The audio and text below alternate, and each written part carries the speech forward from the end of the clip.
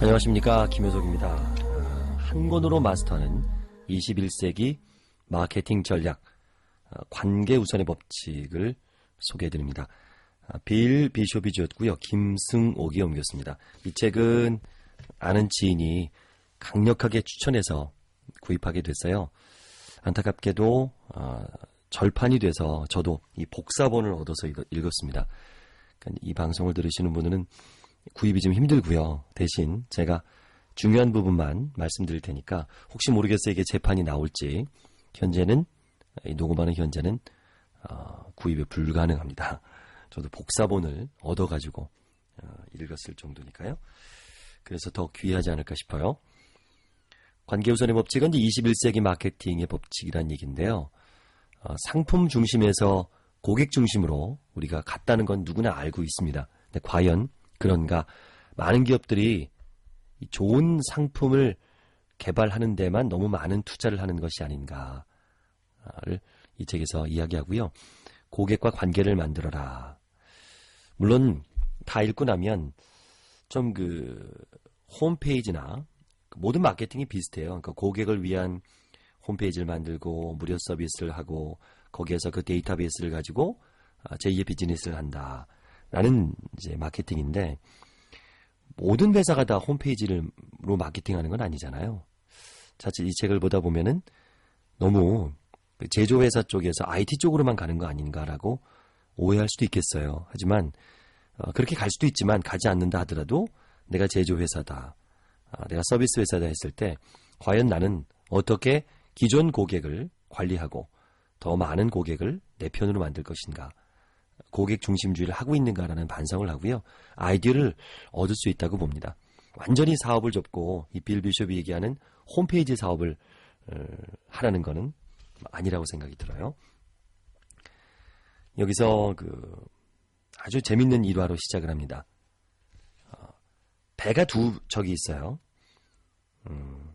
모든 마을 사람들은 이거 배를 타야만 육지로 갈 수 있습니다. 섬 사람들은요.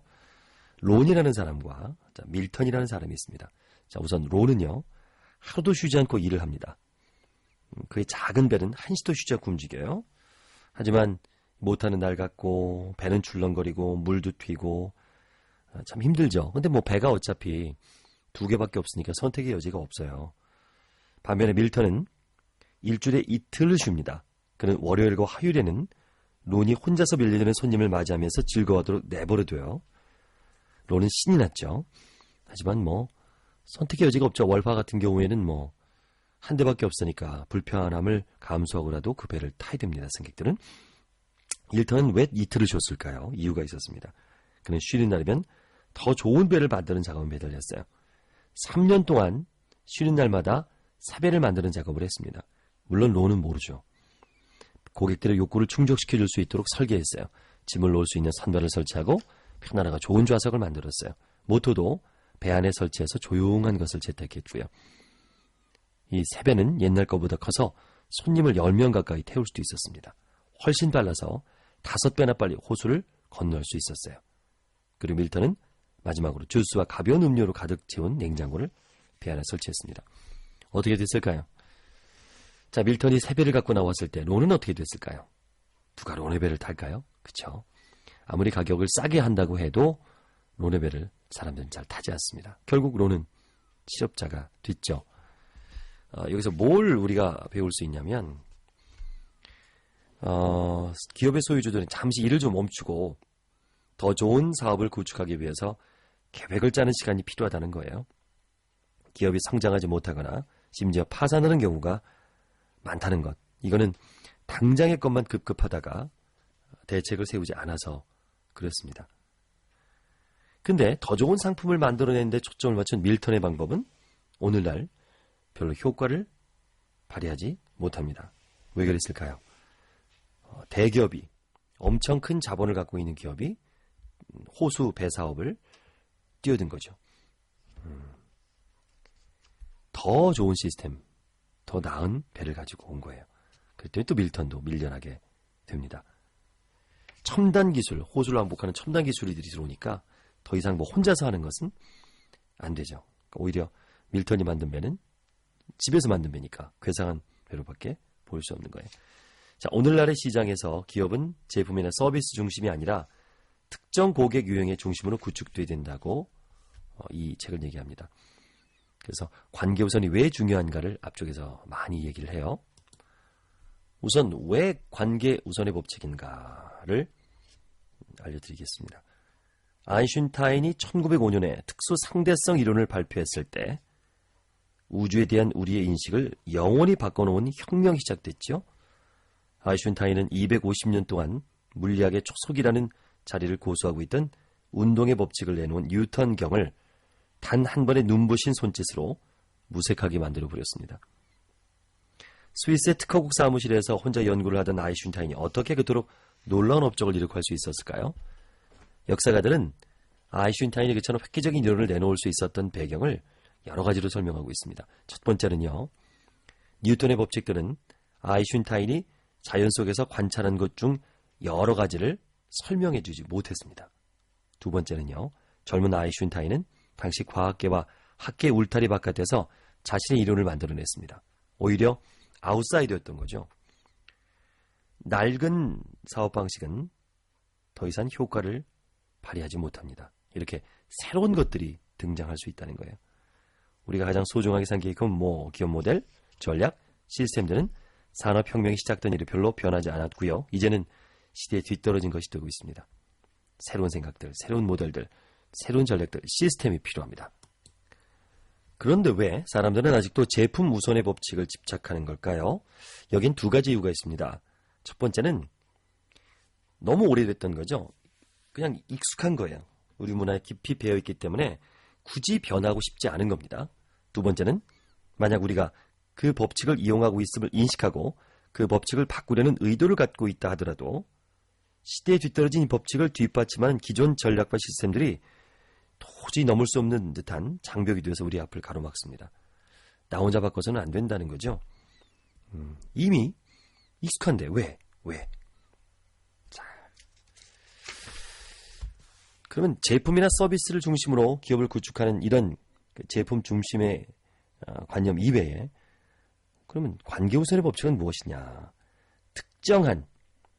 그러니까 모든 고객이 아니라 세분화된 특정 유형의 고객들을 중심으로 기업이 구축돼야 된다는 거예요. 이제는 고객과의 긴밀한 관계와 독특한 가치를 지닌 상품만이 성공할 수 있다. 보편타당한 상품이 아니라 이게 전략적 기업이죠. 전략적 기업은 변화, 경쟁, 즉각적인 커뮤니케이션을 방해받는 것이 아니라 오히려 그게 그 변화 이런 것들이 오히려 성공 요인이 될 수 있다. 위기가 기회다라는 얘기예요. 그 증거로 위기를 기회로 만든 파산 직전에 간 업체를 회생시켜서 놀라운 회사로 만든 그런 이야기들이 있어요. 반면에 그 위기를 이기지 못하고 파산한 기업들 얘기. 이제 신텍스 스위칭 얘기는 이제 망한 기업이고 바스켓볼 피플이라는 기업은 아주 성공한 사례로 여기서 들고 있습니다. 그러니까 농구공만 팔던 회사가 대성공을 했는데요. 그 이유는 일반인들에게 그냥 농구공만 팔았는데 이 회사가 바꿨어요. 홈페이지를 만들어서 농구 선수들에게 초점을 맞춘 거예요. 농구 선수들에게. 그러니까 제품이 아니라 선수에게 맞춘 거죠. 그리고 질문을 던진 거예요. 우리는 농구 선수들에게 어떤 독특한 가치 있는 제품을 제공할 것인가? 농구 선수들이 원하는 것, 그들이 필요한 것이 무엇일까? 제 답하기 쉬운 거예요. 농구공만이 아니거든요. 일단 농구공 팔 수 있죠. 그 위에 뭐가 있을까요? 유니폼, 농구 훈련 비디오, 팀 관리 소프트웨어, 프로농구 선수들에 대한 정보를 팔 수 있죠. 또 경기 스폰서를 맡거나 인터넷 대방을 통해서 농구 선수들을 한자리 모을 수도 있고요. 이런 것들이 큰 성공을 거두게 됩니다. 그러다 보니까 많은 스포츠 회사들이 그 홈페이지에 밀려들고 광고를 하고 또 쇼핑몰을 만들고 결국에는 농구공을 제조하는 사업을 팔아버려요. 이 바스켓볼 피플이 그렇게 성공한 사례를 앞에 두고 있습니다. 그러니까 신텍스 스위칭이라는 곳은 기존의 제품만 계속 새 제품만 만들다가 망한 사례. 바스켓볼 피플은 사람의 고객의 초점을 맞춰서 성공한 사례를 듭니다. 이 밖에도 이 책에는 뭐 엄청나게 많은 회사들의 사례들이 있어요. 그러니까 앞쪽에는 믿음을 주려고 실제 성공한 회사들의 사례들을 아주 잘 이야기해 놓고 있습니다. 우선 그러면 지금 세계적인 현실, 우리의 기업들이 맞닥뜨리게 세계적인 그 경제 현실을 8가지로 정리했네요. 첫 번째는 변화의 속도가 빨라지고 있다. 그렇죠. 저도 많이 느낍니다. 미래를 예언하고 노력하는 대신에 미래가 어떤 모양이 될지 전혀 모르고 있다는 사실을 인정해야 돼요. 많은 이윤을 보장해 주지만 예측하지 못했던 기회가 다가왔을 때 거기에 재빨리 적응할 수 있도록 사업을 구축해야 됩니다. 이렇게 하면 우리는 변화를 두려워하는 대신에 환영하게 되죠. 미리 준비하니까요. 자, 세계적인 현실 두 번째입니다. 소비재의 마진이 줄어들고 있다. 점점 줄어들고 있죠. 재료는 값은 올라가게 되겠고요. 또 경쟁이 심하다 보면 가격 경쟁을 할 수밖에 없습니다. 세 번째, 고객이 시장을 지배한다. 이 저자가 디지털 스테이 글로벌 마케팅이라는 책을 쓸 때 그 동네에 있는 카페에서 많은 시간을 보냈어요. 그 가게는 10년도 넘게 번창하고 있었습니다. 그때 이제 그 카페 주인인 테렌스라는 사람이 이렇게 물어봤어요. 왜 제가 세계화에 대해서 걱정을 해야 하죠? 그렇지, 뭐 동네 카페까지 굳이 세계화에 대한 걱정을 할 필요가 없지라고 했는데, 근데요, 그 생각이 틀린 겁니다. 그 후에 체인점으로 운영되는 카페 3곳이 근처에 문을 연 거예요. 세계적인 뭐 스타벅스라든가 이런 카페베네 같은 카페가 온 거죠. 테넨스의 단골들은 처음에는 거길 왜 가? 우리 뭐 충성을 맹세했죠. 여기 올 거야 하는데 나중에는 다 그쪽으로 갔습니다. 다 가죠. 그러니까 고객은 이제 충성하지 않는다는 거예요. 더 맛있고 더 인테리어가 깔끔한데요. 그쪽으로 넘어가게 되죠. 자, 국경을 넘나들며 경쟁이 이루어지는 우리 시대 고객들의 충성심은 이미 사라졌습니다. 왜 고객은 충성하지 않을까요? 첫 번째는 소비자들이 더 이상 특정 물건에 애정을 보이지 않는 것은 대부분의 생산자들이 소비자들에게 한 번도 애정을 보여주지 않았기 때문이다. 반대네요.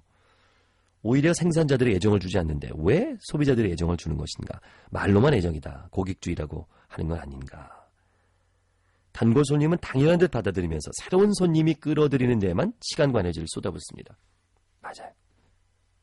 친한 사람은 또 무시하고 당연한 거라고 생각을 하는 게 잘못된 거죠. 두 번째는요. 오늘날 소비자들에게 충성심이 부족한 것은 그들이 생산자들보다 훨씬 더 힘이 세기 때문입니다. 그래요. 맞아요. 세계적인 현실 네 번째, 잠재 고객과 접촉하기 더 어렵다. 사람들은 마케팅과 판매의 차이를 잘 모릅니다. 제 생각에는요. 판매는 역동적인 활동이에요. 막 들이대야 됩니다. 그죠? 판매원은 소비자들보다 한 발 더 앞서서 전화를 걸거나 대문을 두드립니다. 반면에 마케팅은 사람의 마음을 끌어들이는 활동이에요. 마케팅 담당자는 물건을 팔기 위해서 소비자들의 집을 방문하는 대신에 고객이 될 가능성이 있는 사람들의 전화를 받습니다. 마케팅 담당자는 소비자들의 대문을 두드릴 필요가 없어요. 사람들이 그를 찾아오기 때문이죠. 저라면 판매원이 되기보다는 마케팅 담당자가 될 겁니다. 그 비숍 인포메이션 그룹에서 이제 이 저자가 경영하는 곳인데요. 지속적인 조사에서 기업들이 판매에 투자하는 것이 평균 80%이고 마케팅에 투자하는 것은 20%임을 발견했습니다. 마케팅이 더 이상적이라는 거죠. 마케팅이 더 이상적인 게 당연한데 왜 이렇게 판매가 강조될까요? 첫 번째는 대부분의 기업이 판매에 초점을 맞추는 것은 판매가 마케팅보다 훨씬 빨리 결과를 주기 때문이에요. 단기간에 결과를 주니까. 두 번째는 대부분의 기업이 판매에 초점을 맞추는 것은 그들이 마케팅을 이제 비용으로 간주하기 때문입니다. 광고, 홍보, 사보, 웹사이트, 전시비 등 여러 가지 마케팅 도구에 지출되는 돈을 경비로 간주해요. 어쩌면 꼭 필요한 지출일 수도 있지만 어쨌든 지출이면 틀림없어요. 이처럼 마케팅을 지출로 보기 때문에 비용을 최소화하는 이 본능이 생기게 되는 거죠. 세 번째로는 역동적인 판매원이 이 집 저 집 대문을 두드리면서 다니는 광경은 산업시대의 상징 중에서도 아주 오랫동안 생명을 유지해왔죠. 물론 판매원이 필요합니다. 하지만 오늘날 세계 경제 속에서 판매원의 역할이 반드시 바뀌어야 된다라는 거예요. 이제는 일일이 찾아다니는 판매가 아닌 고객이 찾아오게 하는 방법. 그게 마케팅이잖아요. 그게 고객의 눈높이를 맞추는 거. 그게 마케팅이잖아요. 자, 그리고 마지막으로는요. 요즘 소비자들이 자기 방어를 위해서 상품 선전 문구를 차단할 수 있는 도구를 많이 가지고 있어요. 쉽게 바꿀 수 있는 리모컨, 개인용음 성사삼, 이메일도 스팸으로 막 걸러지고요. 자, 잠재 고객들과 접촉하기 위해서는 새로운 기술을 사용하는 판매원이 늘어나고 있는 한편으로는 판매원을 막기 위한 새로운 기술을 또 사용하는 소비자들도 늘고 있다는 겁니다. 바뀌어야 된다는 거죠. 판매원들의 판매 방식이. 기업으로 사람을 끌어들이기 위해서는 맨 처음 판매와 마케팅을 시작할 때 가치 있는 상품을 무료로 나눠주랍니다. 처음에는 무료로. 이것을 이제 사람을 끌어들이는 마케팅이라고 부르는데요. 역동적으로 상품을 선전하는 대신에 진정한 가치를 지니고 있는 것을 제공해서 잠재 고객을 끌어들여야 하는 거죠. 인터넷 마케팅이 그렇잖아요. 처음에는 무료로 제공하다가 나중에 유료로 바꾸는 사례가 굉장히 많죠. 인터넷에 참 무료가 널려 있어요. 이게 관계 우선의 마케팅이죠. 거기에 맛을 들인 다음에 이제 유료화시키는 거. 게임들도 그렇죠. 무료 쿠폰을 나눠준다거나 무료로 한 다음에 나중에 모든 게임이 무료야. 대신 아이템을 또 유료로 판매한다든가. 이런 것들이 이제 관계를 구축해서 중독을 시키거나 더 이상 못 빠져나게 하는 것들. 그러니까 처음부터 정말 가치 있는 것을 무료로 제공해라. 그런 면에서 저도 이미 시작하고 있네요. 저는 강의를 하면 저희 강의를 들어주신 분들이 이메일 주소를 주면 계속 제가 갖고 있는 좋은 정보, 이런 정보들을 무료로 제공해 왔거든요. 제가 돈을 받고 이렇게 녹음하는 건 아니잖아요. 이런 것들이 저도 고객과 관계를 맺고 싶어서 하는 겁니다. 저도 관계 우선의 마케팅을 하고 있었네요. 자, 세계적인 현실 5번째는 사업과 시장과 사업 경로가 조각조각 나뉘어지고 있다. 6번째는 제품의 리사이클이 짧아지고 있죠. 점점 더 힘들어집니다. 이제 7번째는 기술이 중추적인 역할을 합니다. 산업혁명이 진행되는 동안에 대부분의 기업은 단선적으로 활동을 했어요. 모든 것이 단계별로 이루어졌다는 거죠. 시장조사 단계가 끝나면 기술적인 단계가 오고 그 뒤로 제조, 홍보, 판매, 유통, 재정, 고객 서비스로 이어졌어요. 기업의 부서들은 어떤 프로젝트가 한 단계에서 다음 단계로 진행됨에 따라서 나름대로 독특한 방법으로 맡은 바 임무를 처리했죠. 예를 들어서 제조부서는 자체적인 공정과 기술을 이용하고요. 마케팅 부서는 완전히 다른 과정과 기술을 이용하는 시기였습니다. 이때 기업들은 각 부서가 각자만의 독특한 문화와 언어를 지닌 다른 나라처럼 행동하는데도 번영을 누릴 수 있었습니다. 하지만 이런 단선적인 모델은 오늘날 기업 환경 속에서는 시대에 뒤떨어졌죠. 3차원적인 과정이 되어버렸다는 거예요. 그게 소통이 중요한 단계가 됐는데 쉽지 않죠. 8번째는요. 기존 시장으로는 충분하지 않다는 겁니다. 더 새로운 시장을 만들어야 된다.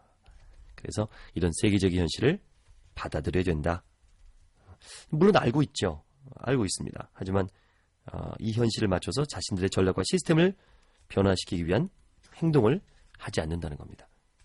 제가 계속 그런 성장을 가로막는 요인, 어떻게 하면 전략을 세울 것인가를 얘기하고 있습니다. 자, 다음 장에서는 이 성장을 가로막는 요인을 함께 얘기 나눠보도록 하겠습니다. 한 권으로 마스터하는 21세기 마케팅 전략, 관계 우선의 법칙, 빌 비숍이 지었습니다. 2번째 시간입니다. 이번에는 우리의 성장을, 기업의 성장을 왜 가로막고 있는가에 대한 이야기를 함께 해보려고 합니다. 첫 번째 의견은 이제 단기적인 목표에 초점을 맞추기 때문에 그래요. 단기적인 사고는요, 실적의 정체 상태에 붙는 기업에 나타나는 중요한 증상입니다. 그렇다고 단기적인 목표에 초점을 맞추지 않는 기업은 없는데 이게 또 문제라는 거죠. 중역과 판매원, 직원, 주주들은 월별 실적 또는 분기별 실적을 향상시키는 데 초점을 맞춰요. 이런 압박 속에서 기업은 똑같은 엔진에서 더 많은 힘을 내려고 애쓰죠. 하긴 단기적인 목표, 이 회사에 내가 10년, 20년 임원으로 있겠다라는 생각보다는 이제 한 달, 1년, 1년, 2년 안 잘리는 게 목표인 임원들이 대부분이니까 그럴 수밖에 없죠. 또 두 번째는요, 혼자서 또는 작은 그룹을 이루어 일합니다. 조직이 커질수록 사람들이 팀을 이루어 일하는 것이 중요해지죠. 그런 만큼 팀워크는 점점 어려워지기만 합니다. 많은 경우 기업 내부에 이미 존재하는 구조, 전략, 통신 시스템들은 효율적인 팀워크를 뒷받침해주지 못합니다. 그래서 직원 개개인과 각 부서는 서로에게서 고립되는 일이 많아요. 너무 쪼개다 보니까 또 고립됩니다. 팀제로 많이 바꿨죠. 세 번째 제한 요인은 제품과 서비스에 대해서만 생각한다. 실적의 정체 상태에 붙들려 있는 기업에서는 대부분의 생각이 제품과 서비스에 대한 것에서 출발합니다. 당연한 건데 이것이 오히려 발목을 잡는다.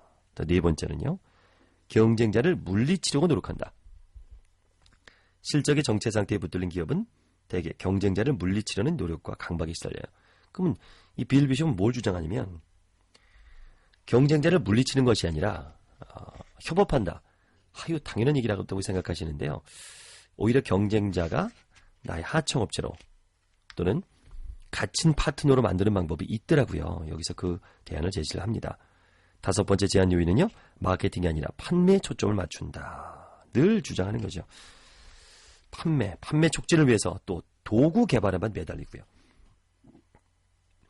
단기적인 판매 초점을 맞추려면 이제 1차적인 도구 개발에 나서는 경우가 많죠. 마케팅 자료, 소프트웨어 프로그램, 양식, 작업 준비 순서, 도구 등 특정 사건이나 상황에 맞춰서 만들어집니다. 근데 이게 또 순식간에 바뀌어버리면 시대에 뒤떨어진 것이 될 수밖에 없죠. 그러니까 팜플렛은 인쇄되자마자 즉시 그 가치를 잃어가기 시작합니다. 일곱 번째 제한 요인은요, 기술의 노예가 된다. 디지털 기술과 온라인 기술이 더욱 널리 퍼져감에 따라서 기술들을 효과적으로 이용하는 것이 기업의 성공과 실패에 점점 더 중요한 요인이 돼가고 있습니다. 하지만 기술의 중요성이 증가하는 것을 보면서 기술이 자신들이 지닌 모든 문제에 대한 해답이 되어줄 것이라고 오해하는 기업이 많아요. 판매가 줄어들면 기업들은 새로운 컴퓨터를 들여놓고 소프트웨어를 업그레이드 하죠. 인건비가 높아지고 또 기업들은 직원들을 해고하고 이래요. 자, 제한 요인 여덟 번째, 기존 시장에만 초점을 맞춘다. 실적의 정체 상태에 붙들려 있는 기업들은 대부분 지리적인 요인, 인구 구조적인 요인 등을 바탕으로 한 전통적인 시장 너머에서는 고객을 찾아내지 못했기 때문에 지금과 같은 상황에 처하게 되죠. 지역 시장이나 기존 시장에만 초점을 맞추는 것은 다음과 같은 이유 때문에 한계를 갖고 있습니다. 우선 소비자들이 자신이 살고 있는 지역의 기업들에 대한 충성심이 점점 줄어들고 있어요. 세계를 무대로 활동하는 기업들은 그 규모로 인한 비용 절감과 낮은 인건비 덕분에 전략적인 이점을 누리고 있습니다. 지역 경제나 국가 경제의 영향을 더 크게 받죠. 전략적 기업은 경쟁적인 세계 경제 속에서 번영을 누리기 위해서 반드시 지역 시장이나 기존 시장을 넘어야 됩니다. 그러면 요즘 이제 1인 기업이라 그러잖아요. 이 방송을 들으시는 분, 나는 CEO가 아닌데, 나는 그냥 1인 영업하는데, 나는 그냥 직장인인데, 아닙니다. 이제 시대는 1인 기업 시대로 가기 때문에, 꼭 직원이 수천 명, 수백 명인 기업이 아니거든요. 내 자신을 기업화하는 거죠. 나는 어떻게 관계 우선을 만들 것인가, 라는 부분으로 같이 해주셨으면 좋겠어요. 저도 기업이라고 생각을 합니다. 제가 하는 일들이 다 8가지 전략을 이제 배웁니다. 첫 번째 전략입니다. 고객 유형을 먼저 결정하라. 고객 유형, 그러니까 어떤 고객을 내가 타겟으로 할 것인가. 저 같은 경우는 이제 설득을 필요로 하는 고객, 주로 세일즈맨이죠. 주로 영업하시는 분들, 영업가족. 그러면 정확하게 타겟이 돼요. 그들에게 설득을 필요로 하는 고객에게 서비스를 제공한다. 정확하게 타겟을 정해야 됩니다. 구체적인 고객의 유형을 모든 전략적 사업의 출발점으로 항상 삼아야 되고요.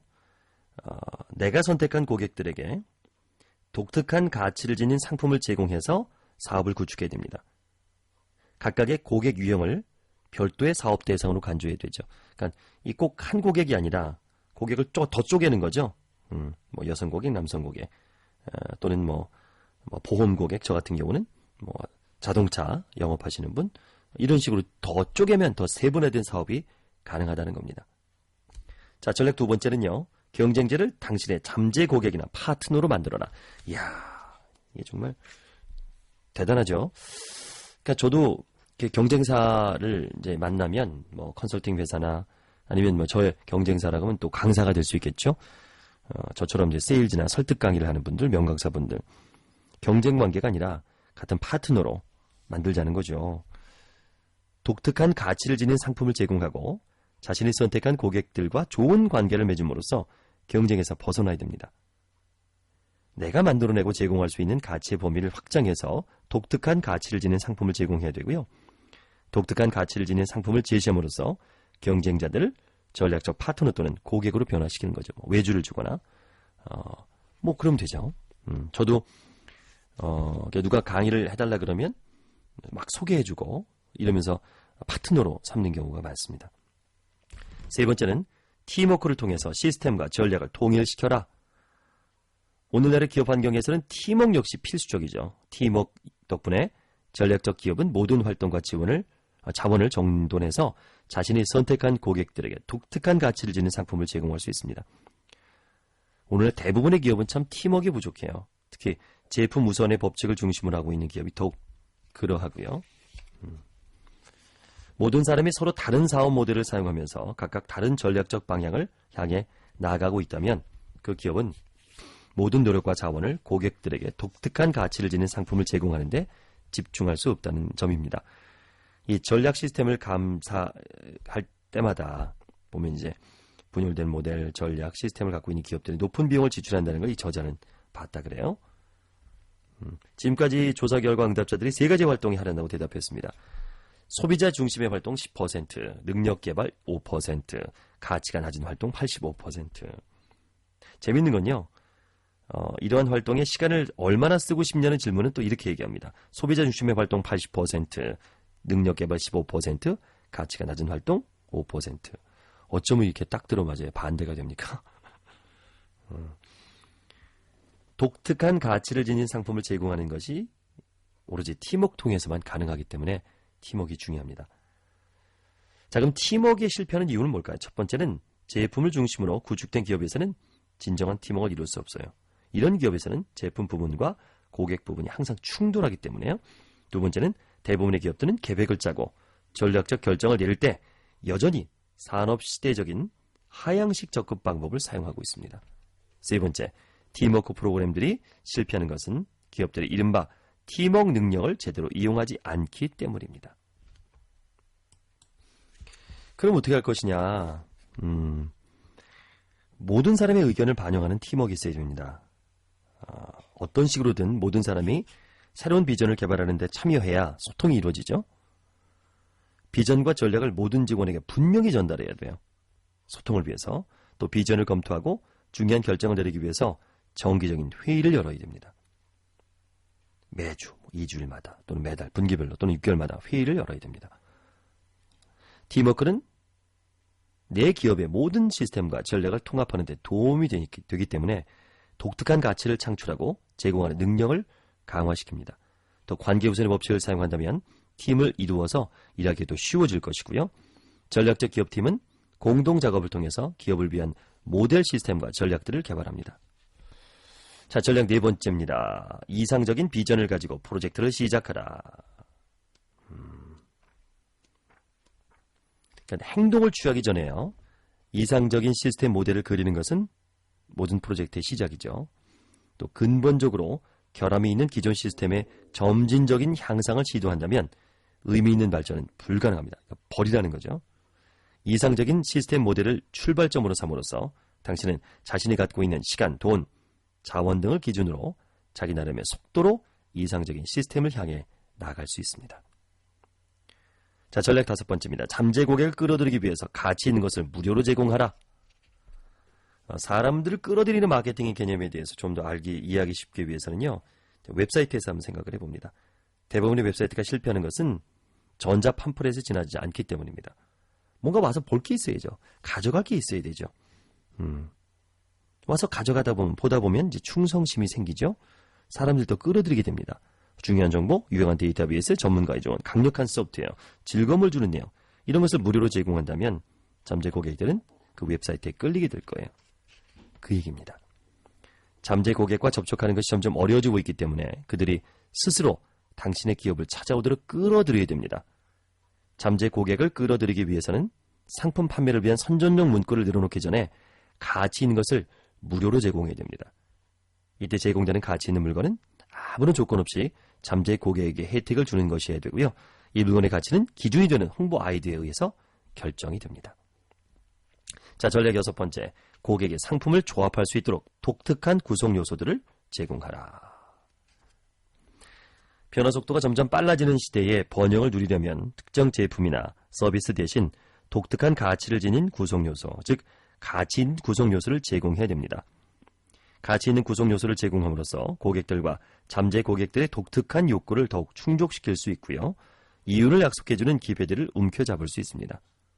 가치 있는 구성 요소라는 개념은 전략적 기업이 사용하는 모든 시스템과 전략에 적용해야 합니다. 전략 7번째입니다. 광범위한 해결책을 제공하는 능력을 개발하라. 훌륭한가 교육을 시켜야 되는데요. 직원들에게 특정 작업을 수행하는 법을 가르치는 도구를 대신하고 그들에게 기본적인 원칙과 개념들을 가르쳐서 새로운 임무가 주어졌을 때 그들이 스스로 혁신할 수 있게 해야 됩니다. 자, 도구는 제한된 사람에게 특정 문제에 대한 즉각적인 해결책 또는 단기적인 혜택을 제공하고요. 능력은 기업과 관련된 모든 사람에게 장기적인 혜택과 광범위한 해결책을 제공합니다. 도구가 아니라 능력을 개발함으로써 당신 기업에서 일하는 사람들은 가치를 창출하고 그것을 소비자에게 제공하는 시간을 늘릴 수 있습니다. 전략 8번째입니다. 장기적인 발전을 위해서 단기적인 손해를 감수하라. 처음에는 돈을 거의 벌지 못하겠지만 시간이 흐르면서 결국 그만큼의 성과를 거둘 수 있어요.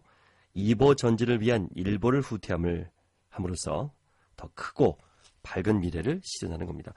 이게 어렵죠. 버텨야 되는데 버티기가 쉽지 않습니다. 자, 더 크고 더 밝은 미래를 실현하려면 이보 전진을 위한 일보 후퇴를 해야 된다.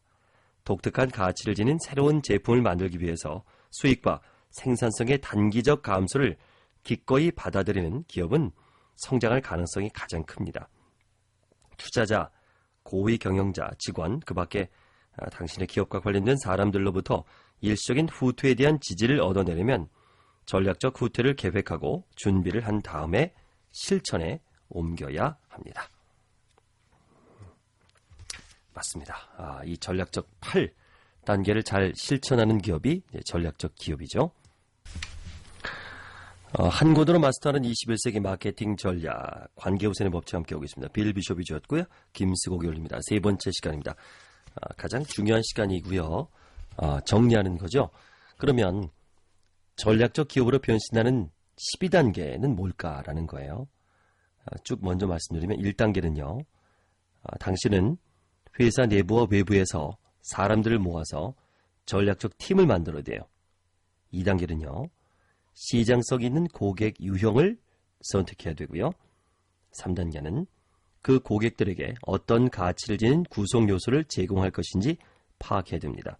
4단계는 당신이 제공하는 혜택을 분명하게 전해줄 홍보 아이디어를 개발해야 되고요. 5단계는 당신이 선택한 유형의 잠재 고객들을 끌어들이기 위해서 어떤 가치 있는 제품을 무료로 제공할 것인지 결정해야 됩니다. 6단계는 통일된 메시지를 만듭니다. 7단계는 일관된 CI 작업을 반영하고요. 8단계는 고객들과 잠재 고객들에 대한 정보를 저장할 데이터베이스를 구축합니다. 9단계는 고객 데이터베이스를 중심으로 정보 시스템을 구축합니다. 10단계는 가치 있는 구성 요소들을 재빨리 조합할 수 있는 시스템을 개발합니다. 11단계는 디지털 매체와 전통적인 매체를 통해 기업을 홍보합니다. 12단계는 고객들과 장기적으로 좋은 관계를 맺습니다. 이게 전부예요. 기업을 변화시키기 위해서 반드시 하버드 출신의 경영학 석사가 있어야 하는 것은 아닙니다. 사실 경영학 석사들도 학교에서 배운 이러저러한 이론들을 제쳐두고 이 기본적인 단계들을 밟아 나가야 한다고 주장해요. 그럼 하나하나씩 좀 볼게요. 1단계. 효과적인 전략 개발을 위해 팀을 만들어라 라는 겁니다. 이상적인 것은 모든 중요 부서에서 차출된 사람들이 이 팀에 참여하는 거예요. 일반적으로 이 팀은 8명에서 12명으로 구성됩니다. 팀의 통일성과 사기를 유지하기 위해서 다음과 같은 조건들이 반드시 충족돼야 돼요. 자, 모든 팀원이 전략적 시스템 개발에 참여해야 되고요. 모든 팀원이 새로운 전략의 실행과 새로운 시스템의 구축에 필요한 조치에 대해서 책임을 져야 됩니다. 매번 회의가 끝날 때마다 작업 진행 상황을 점검한 다음에 회의 계획을 짜고 일시를 정해놓습니다. 또 정해진 시간에 반드시 회의를 개최하고요. 회의가 열릴 때마다 그때까지 진행된 작업을 인정하고 축하합니다. 모든 팀원이 회의에서 결정된 추가 조치들에 대해서 책임을 져야 돼요. 자, 4가지 전략적 기본 원칙을 봅니다. 1. 고객을 중심으로 사업을 구축해야 된다. 2. 고객과 새로운 관계를 맺기 위해서 가치 있는 제품과 서비스를 무료로 제공한다. 3. 더 좋은 전략을 짜고 더 좋은 시스템을 구축하기 위해서 정기적으로 시간을 투자한다. 4. 고객들과 훌륭한 관계를 맺도록 해주고 독특한 가치를 창출해서 제공하는 능력을 증가시켜주는 새로운 전략과 시스템을 실행한다. 자, 핵심 포인트는 전략적 기업팀은 회사 내외의 사람들로 구성할 수 있습니다. 모든 중요 부서의 대표자들을 이 팀에 포함시키고요. 하나의 팀으로 새로운 전략을 만들고 새로운 시스템을 구축합니다. 추진력을 유지하고 의욕을 북돋우기 위해서 전략적 기업팀은 정기적으로 회의를 개최합니다. 하나의 팀으로 작업을 진척시키기 위해서 모든 팀원은 4가지 전략적 기본 원칙에 동의합니다. 2단계입니다. 시장성이 높은 고객 유형을 신중하게 선택하라. 전략적 기업팀이 처음 할 일이자 가장 중요한 임무는 고객 유형을 선택하는 거예요. 고객 유형을. 여기서 중요한 것은 당신의 고객 유형은 기업이나 단체가 아니라 반드시 사람이어야 한다는 것입니다. 기업이 아무리 커도 이 2번째를 선택하려는 시장이 아무리 매력적으로 보여도 처음에는 단 하나의 고객 유형을 선택하시는 게 좋아요. 하나의 고객 유형을 선택해서 당신의 전략적 변신을 위한 길을 헤쳐나가는 겁니다. 일단 당신이 전략적 기업을 만드는 방법을 개발한 다음에는 고객 유형을 얼마든지 선택해서 그 방법을 적용할 수 있습니다. 전 세계 모든 컴퓨터 사용자들과 관계를 맺으려고 노력하는 대신에 특정 컴퓨터를 사용하는 사람들에게만 초점을 맞추는 거예요. 핵심 포인트는 고객 유형을 선택하는 것은 가장 중요한 전략적 결정입니다. 내가 선택한 고객 유형은 기업이 아니라 사람이에요. 예를 들어서 협회가 아니라 협회 관리자들인 겁니다. 고객 유형이 특화될수록 예를 들어서 컴퓨터 사용자가 아니라 특정 컴퓨터 사용자들이 되면 성공 확률이 높습니다. 단계 3입니다. 고객 유형에 맞는 독특한 제품과 서비스 목록을 만들어라. 자, 3번째 단계는 당신이 고객들에게 제공할 수 있는 가치 있는 구성 요소의 목록을 작성하는 겁니다. 지금 당장 고객에게 제공할 수 있는 독특한 가치를 지닌 구성 요소들을 모두 적어보는 거예요. 먼저 기존 제품과 서비스에서 시작해서 생각나는 것을 추가하면 돼요. 지금은 제공할 수 없는 것도 망설이지 말고 목록에 추가합니다. 다른 기업이나 단체가 그것을 만들어줄 수도 있기 때문이에요. 자, 핵심 포인트는요. 당신이 선택한 고객 유형에 어필할 수 있는 모든 제품과 서비스, 가치 있는 구성 요소의 목록을 만듭니다. 현재 생산할 수 있는 것으로 범위를 한정하지 않고요. 공급업체와 전략적 파트너들이 다른 구성 요소들을 공급해 줄 수 있을 것입니다. 제품과 서비스를 구성 요소로 나누죠. 이를 통해서 당신은 고객 개개인의 독특한 욕구를 더 잘 충족시킬 수 있을 것입니다. 4단계입니다. 고객 유형에 맞춘 통일된 홍보 아이디어를 개발하라. 고객 유형의 잠재 고객들을 끌어들이려면 반드시 분명하고 통일된 홍보 메시지를 전달해야 됩니다. 핵심 포인트는요. 기준이 되는 홍보 아이디어는 당신의 기업을 경쟁사보다 부각시키고 모든 마케팅 활동에 질서를 가져다 줍니다. 기준이 되는 홍보 아이디어는 당신이 고객에게 제공할 혜택이 무엇인지 분명하게 전달하는 데 도움이 되고요. 기준이 되는 홍보 아이디어는 미래도 쓸 수 있어요. 기술과 시장이 변화하고 당신의 기업이 바뀌어도 오랫동안 사용할 수 있기 때문입니다. 5단계입니다. 잠재 고객에게 유용한 것을 무료로 제공하라. 눈에 띄는 사람 모두에게 공짜로 제공하는 것은 아니에요. 그렇다고 이렇게 무료로 제공되는 것에 대한 보상으로 뭔가 우리에게 돌아가기를 기대합니다. 즉 잠재 고객들은 우리와 한두 시간을 함께 보내야 돼요. 여기서 중요한 것은 잠재 고객을 발견했을 때 이렇게 무료로 제공되는 것들 덕분에 우리가 고객의 집 문 안으로 발을 들여놓을 수 있다는 점입니다. 이를 통해서 우리는 그 고객과 관계를 시작하는 기회를 얻는 거죠. 자, 핵심 포인트는요. 잠재 고객을 끌어들이기 위해서 우선 가치 있는 것을 무료로 제공하입니다. 무료로 제공되는 가치 있는 것들은 여러 가지 형태를 띨 수 있고요. 여기에는 세미나, 책, 조언, 회원권, 휴대전화, 여행, 컴퓨터, 현금 등이 포함됩니다. 무료로 제공되는 것의 가치가 클수록 더 많은 잠재 고객을 끌어들일 수 있습니다. 단계 6입니다. 전문성을 높이기 위해서 일관된 홍보 메시지를 만들어라. 여기에는 반드시 똑같은 말, 똑같은 단어, 똑같은 어조가 사용돼야 합니다. 일관된 메시지는 당신의 기업이 조직적이고 전문적이며 중심이 잘 잡혀 있다는 것을 보여줍니다. 핵심 포인트 정리해봅니다. 전략적 기업은 전문가라는 이미지를 심기 위해서 언제나 일관되고 통일된 메시지를 고객들에게 전달하고요. 통일된 메시지를 만들려면 팸플릿이나 웹사이트 같은 마케팅 도구들을 개발하기 전에 결정적인 글이라고 불리는 문서를 먼저 작성해야 합니다. 또 결정적인 글은 마케팅 프로그램의 선언문이 되어 당신의 기업이 내보내는 모든 메시지에는 결정적인 글이 반영되어야 합니다. 자, 7단계입니다. 이 기업의 일관된 이미지를 위해서 통일된 CI 작업을 하라. 자, 핵심 포인트는요. 명함, 편지지, 팸플릿, 광고 웹사이트 등 의사소통에 사용되는 도구들은 똑같은 그림, 색깔, 활자체, 편집 체제를 이용해야 됩니다. 일관된 그래픽 이미지를 확집하려면 의사소통에 사용하는 도구들의 표본이 담긴 스타일 조절 지침을 만들고요. 모든 의사소통 도구에 적용할 그림, 색깔, 활자체, 편집 체제의 기준이 되는 스타일 조절 지침을 확립합니다. 자, 단계 8단계입니다. 나는 판매와 고객 접촉을 자동으로 처리해주는 프로그램 대신에 일반적인 데이터베이스 소프트웨어를 사용하라고 권한다 라고 저자는 얘기하네요. 일반적인 데이터베이스 소프트웨어를 사용하면 훨씬 더 유연성을 발휘할 수 있고요. 필요한 경우 정보를 다른 플랫폼으로 쉽게 옮길 수 있습니다. 명함에 수록된 정보를 데이터베이스에 입력하고 중복된 정보를 정리하고 오류를 수정하고 빠진 데이터를 채워 넣어야 합니다. 처음에는 매우 큰 일이지만 일단 작업을 완수하고 나면 최신 정보가 담긴 중앙 데이터베이스가 만들어집니다. 핵심 포인트는요. 전략적 기업에서는 모든 정보 시스템과 컴퓨터 시스템이 제품이나 서비스가 아니라 고객을 중심으로 설계됩니다. 정보 시스템의 중앙에는 반드시 고객 데이터베이스가 있어야 하고요. 고객 데이터베이스는 회사 내 여기저기에 여러 종류가 흩어져 있는 것이 아니라 단 하나에만 존재해야 됩니다. 9단계입니다. 정보 시스템을 통합하라. 자, 고객을 핵심으로 삼고요. 기술보다 앞선 비전을 갖고요. 팀을 이루어서 함께 일합니다. 소프트웨어 플랫폼은 한 가지만 사용하고요. 기능적인 시스템을 피합니다.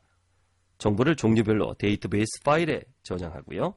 기업의 중요 활동을 관리하는 데 데이터베이스를 이용합니다. 사용자가 아니라 제작자가 됩니다.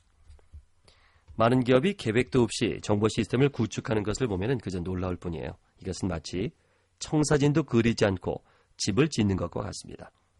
핵심 포인트는 전략적 기업을 만들려면 고객 데이터베이스를 중심으로 구축된 통합 정보 시스템이 있어야 합니다. 통합 정보 시스템은 가치의 창출과 제공에 쓸 수 있는 시간을 늘리고 가치가 낮은 활동에 사용하는 시간을 줄여줄 것입니다. 소프트웨어를 선택해서 시스템을 구축하기 전에 이상적인 시스템 모델을 만듭니다. 자, 10단계입니다. 고객과 쌍방향 커뮤니케이션이 가능한 도구를 개발하라. 고객이 인터넷을 통해 거래하고 싶어 한다면 당신은 쌍방향 웹사이트를 개발해야 됩니다. 고객이 개인적으로 만나서 거래를 하고 싶어 한다면 당신은 그들과 직접 만나야 합니다. 만약 당신이 모든 고객의 독특한 요구에 부응하고 싶다면 대부분의 매체를 통해 효과적으로 의견을 나눌 수 있는 능력을 개발해서 고객에게 선택권을 주어야 할 것입니다. 핵심 포인트는요. 전략적 기업을 만들려면 고객들과 의견을 쉽게 교환할 수 있어야 합니다. 가치 있는 정보를 창출해서 전화, 전자우편, 팩스, 인터넷 또는 인쇄물이나 우편물과 개인적인 접촉 같은 전통적인 방법을 통해 고객에게 제공할 수 있어야 됩니다. 당신에게 편안하거나 경제적인 매체가 아니라 고객이 선택한 매체를 이용해서 고객들과 의견을 나눠야 합니다. 11단계입니다. 이 고객 유형에 맞는 매체를 통해 당신의 기업을 홍보하라. 당신의 목표는 당신이 선택한 유형의 고객들에게 기준이 되는 홍보 아이디어와 당신이 무료로 제공할 가치 있는 물건을 알리는 것입니다. 이미 어떤 유형의 고객들을 선택했기 때문에 기업을 홍보하는 데는 적당한 방법을 고르기가 훨씬 쉬워지죠. 핵심 포인트를 보면요. 당신이 선택한 고객들과 관계를 맺기 위해서 그들에게 어떤 가치 있는 물건을 무료로 제공하는지 알리는 것이 목적이고요. 선택한 고객 유형에게 당신의 뜻을 전달하려면 한 발 앞서 기선을 제압할 수 있는 마케팅 도구와 방법을 사용해야 됩니다. 이미 고객 유형을 선택했으므로 당신의 기업을 홍보하기 위해서 어떤 채널을 이용할지 결정하기 훨씬 쉽습니다. 12단계입니다. 마지막이죠. 고객과 장기적으로 긴밀한 관계를 유지하는 데 힘써라. 자, 우리가 거래를 하고 있을 때 늘 감사하다는 마음을 보여줘야 돼요. 정기적으로 고객들과 의견을 교환해야 되고요. 고객 한 사람 한 사람을 개별적인 존재로 대우해야 됩니다. 고객들의 흥미를 끌만한 새로운 가치를 짓는 것들을 끊임없이 추가해야 되고요. 특별 프로그램을 마련해서 장기 고객들에게 보답해야 됩니다. 장기적이고 훌륭한 관계를 배양하려면 당신이 감사하고 있음을 보여주고 정기적으로 고객들과 의견을 나누어야 됩니다.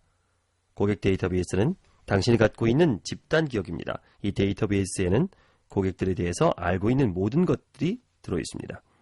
고객에 대해서 더 많은 것을 알고 데이터베이스에 더 많이 기록할수록 당신은 독특한 가치를 더 많이 창출해서 고객들에게 제공할 수 있습니다.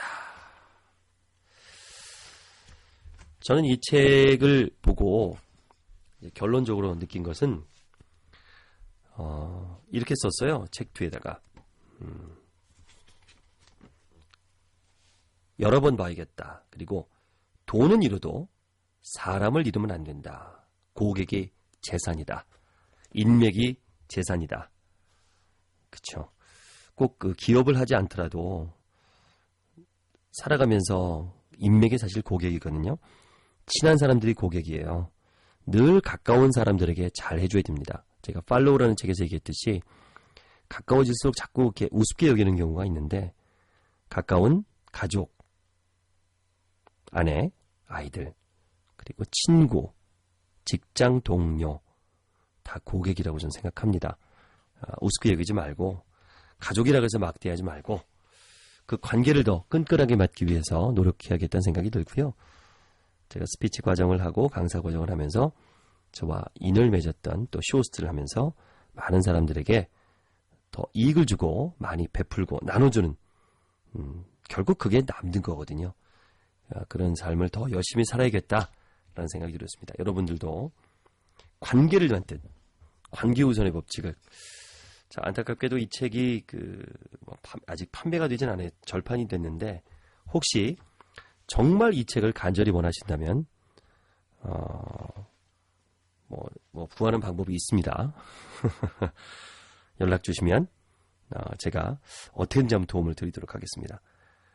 안 되면 어쩔 수 없지만 지금 현재로서는 어떻게 제 책을 빌려드리든 어떤 방법을 좀 갖도록 할게요.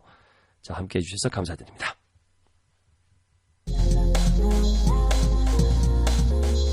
김효석의 하루 일책 도움이 되셨나요? 구독과 알람 눌러주세요. 그럼 매일 올라오는 영상을 자동으로 받아보실 수 있습니다.